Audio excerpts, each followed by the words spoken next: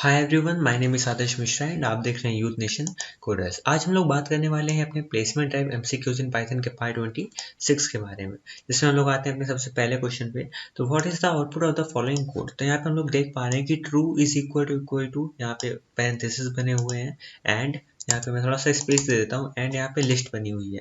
तो सवाल ये है कि यहाँ पे एंड लगा हुआ है तो आंसर हमें ट्रू या फॉल्स में मिलने वाला है। तो पहले इधर आओ, यहाँ पे क्या लिखा है, ट्रू इज इक्वल टू एक कह सकते हो एम्प्टी टपल है या फिर कुछ भी, यहाँ पे तो सिंपल पैरेंथेसिस है। तो यहाँ पे इक्वल टू क्या कहता है, वैल्यू चेक करता है अंदर क्या वैल्यू पड़ी है। तो यहाँ पे ये बूलियन वैल्यू है, यहाँ पे एम्प्टी कुछ वैल्यू पड़ी है। तो क्या ये दोनों आपस में इक्वल है? नहीं है ना। तो यहाँ से हमें आंसर क्या मिल जाएगा, फॉल्स। और फॉल्स के केस, जब भी हम एंड के केस में बात कर रहे होते हैं, जब भी हमारा फॉल्स आता है तो हमारा आंसर जो है हमेशा फॉल्स आए, क्योंकि एंड में हमेशा दोनों को ट्रू होना होता है। अगर हमें आंसर ट्रू चाहिए एंड के केस में तो दोनों साइड ट्रू आना चाहिए। बट यहाँ पे हमारा क्या आ रहा है, एक साइड पे फॉल्स आ रहा है, इसका मतलब हमारा आंसर ही ओवरऑल फॉल्स आने वाला है। ठीक है, क्वेश्चन नंबर 2 पे आते हैं। हमसे कह रहा है कि इसमें ये बताइए कि जो हमारे कौन से ऐसे मेथड होते हैं जो शुरुआत होती है जिनकी एंड होती है 2 अंडरस्कोर से। तो देखो, हम किस फंक्शन की बात कर रहे हैं। मान लो कि अगर हम इनिट की बात कर रहे हैं तो underscore underscore INIT underscore underscore ऐसे लगाते हैं ऑब्जेक्ट ओरिएंटेड प्रोग्रामिंग में। तो अगर आपने ओप्स ना पढ़ रखी हो तो मैंने उसके प्लेलिस्ट बना के रखी है पहले से, आई बटन पर क्लिक करके उसको एक्सेस भी कर सकते हो। ठीक है, तो अब मुझसे कह रहा है कि भाई ऐसे कौन से मेथड हैं जिनकी शुरुआत और अंत होता है 2 अंडरस्कोर से। तो उन्हें हम लोग स्पेशल मेथड्स कहते हैं। ठीक है, उनको मैजिक मेथड भी कहा जाता है, स्पेशल मेथड भी कहा जाता है, बट अपने केस में यहाँ पे स्पेशल मेथड ऑप्शन दिया है तो यही सही है। क्वेश्चन नंबर 3 पे आते हैं। हमसे कह रहा है इनमें से कौन सी हमारी प्राइवेट डेटा फील्ड है, ये बताओ। तो हमारे पास एक क्लास डेमो है। अब इसके अंदर कौन कौन सी प्राइवेट वैल्यूज हैं आप ये बताइए।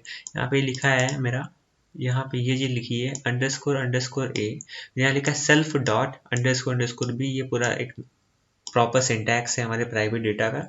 हमसे कह रहे हैं self dot underscore C underscore. तो यहाँ पे ये क्या है, ये हमारे एक इस तरह से हम लोग मेथड डिफाइन करते हैं। तो यहाँ पे ये कह सकते हो एक प्राइवेट वेरिएबल तो नहीं है, प्राइवेट वेरिएबल में सिर्फ अंडरस्कोर लेफ्ट साइड पे होता है। तो ये रहा हमारा प्राइवेट वेरिएबल, और इसके अलावा कोई भी वेरिएबल जो है वो प्राइवेट नहीं है, हम लोग को यहाँ पे दिख रहा है। तो यहाँ पे बी वाला जो है सही होना चाहिए, तो ऑप्शन नंबर बी यहाँ पे बिल्कुल सही, क्योंकि यहाँ पे अंडरस्कोर बी लिखा हुआ है। क्वेश्चन नंबर 4 पे आते हैं। हमसे कह रहा है कि इसका आंसर क्या होगा। स्ट्रिंग में ए से लेकर जी तक यहाँ पे हमारे कैरेक्टर लिखे हुए हैं। फॉर आई इन स्ट्रिंग में हम लोग एक लूप लगा रहे हैं, तो आई की वैल्यू पहले होगी ए, फिर बी सी डी ई, ऐसे चलता रहेगा। हमसे कह रहा है हर एक आई की वैल्यू के लिए उसका CHR बताओ। तो देखो CHR क्या करता है, अगर हम इसमें कोई एस्काई वैल्यू पास करेंगे तो उस एस्काई वैल्यू के करस्पॉन्डिंग जो भी कैरेक्टर है हमें वो बता देगा। बट अपने केस में यहाँ पे हम लोग क्या पास कर रहे हैं, इस फंक्शन के अंदर कैरेक्टर ही पास कर रहे हैं। तो हमेशा CHR फंक्शन क्या मांगता है, हमसे मांगता है एक नंबर, इंटीजर वैल्यू मांगता है, एस्काई वैल्यू मांगता है जो इंटीजर होती है। बट हम लोग यहाँ पास क्या कर रहे हैं, कैरेक्टर पास कर रहे हैं। तो CHR के अंदर जब भी कैरेक्टर पास करो क्या आएगी, एरर आएगी। तो हमारा आंसर क्या आ जाएगा, एरर आ जाएगा। क्वेश्चन नंबर 5 आते हैं। हमसे कह रहा है कि यहाँ पे हमने एक यहाँ पे एफ नाम का यहाँ पे एक क्या बना है, यहाँ पे ईड दिख रहा है, तो इसे हम लोग कह रहेंगे ये हमारा जनरेटर फंक्शन है, नॉर्मल फंक्शन नहीं, क्या है जनरेटर फंक्शन, क्योंकि हमने यहाँ पे ईड का यूज करा हुआ है। जी इज इक्वल टू F9 मैंने करा, F9 करा मतलब एक्स की वैल्यू 9 चली गई। अब ये कंट्रोल मेरा चला गया जी पे, तो जी हमारा क्या है, एक जनरेटर ऑब्जेक्ट है। तो अब मुझसे कह रहा है कि इसका आंसर क्या आएगा। तो अभी तो इसका आंसर कुछ नहीं आएगा। अगर मैं यहाँ पे लिखता नेक्स्ट ऑफ जी, अगर मैं ये लिखता, सॉरी ये, तो मुझे इस चीज का आंसर मिल जाता कि जो भी हम वैल्यू पास करेंगे उसमें एक वैल्यू ऐड होकर हमें आंसर में मिल जाती। तो जैसे हमें यहाँ पे नेक्स्ट ऑफ जी एग्जीक्यूट तो हमें आंसर मिल जाता है 10। बट अभी तो यहाँ पे कोई लिखा नहीं है, तो इसका मतलब ये तो सिंपली हम लोगों ने डिफाइन करा है अपना और उसका एक ऑब्जेक्ट बना दिया, जनरेटर ऑब्जेक्ट, बस, और तो कुछ है नहीं। तो इसका आंसर क्या आएगा, नो आउटपुट, मतलब अभी भी कोई आंसर हमें नहीं मिल रहा है। इस पे आते हैं, कह रहा आउटपुट बताइए इस कोड का। अब देखो यहाँ पे इंटीजर में बदलना चाहते हैं एक स्ट्रिंग की वैल्यू। तो सिंपली अगर यहाँ पे 65 होता तो मेरा नॉर्मली स्ट्रिंग से हमारा इंटीजर में बदल जाता। बट अपने केस में क्या वैल्यू है, 65.43। तो अगर मैं इसको स्ट्रिंग से इंटीजर में बदलूंगा तो 65.43 ही तो आएगा, क्योंकि भाई हम लोग स्ट्रिंग से इंटीजर में बदल रहे हैं। बट अपने केस में क्या है कि यहाँ पे स्ट्रिंग में अंदर फ्लोटिंग पॉइंट वैल्यू पड़ी हुई है, बट फ्लोटिंग पॉइंट वैल्यू को हम लोग इंटीजर में नहीं बदल सकते। यहाँ पे अगर फ्लोट लिखा होता तो आसान हो जाता बदलना, क्योंकि डायरेक्टली हम लोग टाइप कास्ट नहीं कर सकते थे। बट यहाँ पे इंटीजर से नहीं कर सकते थे। यहाँ पे कौन सी एरर आएगी, वैल्यू एरर आने वाली है। क्वेश्चन नंबर 7 पे आते हैं। कह रहे हैं इनमें से बताइए कि कौन से स्टेटमेंट हमारे सही है। पॉलीमॉर्फिज्म का मतलब क्या, मोर देन वन फॉर्म होता है। बिल्कुल पॉलीमॉर्फिज्म, पॉली मतलब मैनी, मॉर्फिज्म मतलब फॉर्म्स, मैनी फॉर्म्स को पॉलीमॉर्फिज्म कहते हैं। क्लास जो है उसे टेम्पलेट कहते हैं हमारे ऑब्जेक्ट का। तो यहाँ पे बिल्कुल सही बात है, क्लास जो है हमारा टेम्पलेट होता है। इनहेरिटेंस जो है क्या इज अ रिलेशनशिप शो करता है, तो बिल्कुल इनहेरिटेंस जो है वो हमारा इज अ रिलेशनशिप शो करता है। तो ये हमसे कह रहा है इनमें से कौन से स्टेटमेंट सही है, तो यहाँ पे हमें तीनों स्टेटमेंट सही दिख रहे हैं, तो हमारा आंसर क्या आ जाएगा, ऑल ऑफ द अबव आ जाएगा। तो अब आते हैं क्वेश्चन नंबर 8 में। हमसे क्या कह रहा है कि which function overloads the equal to operator. तो इस ऑपरेटर को कौन फंक्शन ओवरलोड कर रहा है, तो ये हमारा कॉन्सेप्ट है ऑपरेटर ओवरलोडिंग का, जो कि मैंने ऑब्जेक्ट ओरिएंटेड प्रोग्रामिंग वाली जो प्लेलिस्ट है उस पर मैंने स्पेशली इसीलिए एक वीडियो बना रखा है ऑपरेटर ओवरलोडिंग का, इसमें मैंने ओवरलोड करके भी दिखाया हुआ है। तो आप मुझसे ये पूछ रहा है कि भाई जो इक्वल टू ऑपरेटर होता है इसको हम लोग कौन से मेथड का यूज करके ओवरलोड करते हैं, तो EQ नाम का एक मेथड होता है। कौन सा होता है, EQ नाम का हमारा स्पेशल मेथड होता है, इन्हें मैजिक मेथड भी कहते हैं। तो इसका यूज करके हम लोग इक्वल टू को कह सकते हो कि ओवरलोड कहते हैं, तो इसी को ऑपरेटर ओवरलोडिंग बोलते हैं। तो हमारा EQ यहाँ पे सही है, EQ U या इज इक्वल ये सब नहीं होता है। क्वेश्चन नंबर 9 पे आते हैं। हमसे कह रहे हैं इसका आंसर बताओ। एक डेमो क्लास है, एक मेरे पास डेमो डिराइव्ड क्लास है, एक मेरे पास मेन फंक्शन भी है, और उस मेन फंक्शन को मैं क्या कर रहा हूँ, कॉल कर रहा हूँ। तो यहाँ पे आते हैं, डेमो डिराइव्ड नाम की क्लास का एक ऑब्जेक्ट बना दो OBJ। तो जैसे ही मैंने ये करा तो डेमो डिराइव्ड में इनिट देखेगा कहीं है, नहीं है, तो डेमो के पास ढूंढेगा कि यहाँ पे कहीं इनिट है, मिल गया, ये मिल गया इनिट, तो x की वैल्यू सेट हो गई हमारी 1। फिर हमसे क्या कह रहा है, प्रिंट करो obj.change। obj.change मतलब क्या है, डेमो डिराइव्ड क्लास के अंदर कहीं चेंज नाम का मेथड है क्या, इसके अंदर चेंज नाम का मेथड है, ये मिला। अब इसको चला दो, मतलब ये दो लाइन चल जाएंगी। क्या है, सेल्फ डॉट एक्स की वैल्यू क्या हो जाएगी, उसमें एक और ऐड कर दो, तो देखिएगा क्या सेल्फ डॉट एक्स क्या हमारे डेमो डिराइव्ड के पास है क्या, तो यहाँ पे जिसके पास नहीं है, जिसके पास नहीं है तो अपने डेमो अपने पेरेंट से पूछेगा उसके पास है, तो उसने कहा हाँ भाई मेरे पास सेल्फ डॉट एक्स की वैल्यू 1 है, तुम ले लो। तो इसने यहाँ से वैल्यू ली 1 + 1 हो गई 2, सेल्फ डॉट एक्स की वैल्यू हो गई 2, तो हमें वो वापस कर देगा। उसी को प्रिंट करने तो मेरा आंसर क्या आ जाएगा, 2 आ जाएगा। तो यहाँ पे ऑप्शन नंबर बी बिल्कुल सही है। क्वेश्चन नंबर 10 पे आते हैं। कह रहा है इसका आंसर बताओ। यहाँ पे एक मेरा फंक्शन है f1 नाम का, हम x = +1 लिख रहे हैं, इसका मतलब हम चाहे x = +1 लिखें चाहे x = -1 लिखें, ठीक है। तो x = +1 लिखते हैं तो x = 1 लिखते हैं तो भी वही बात हो जाती है।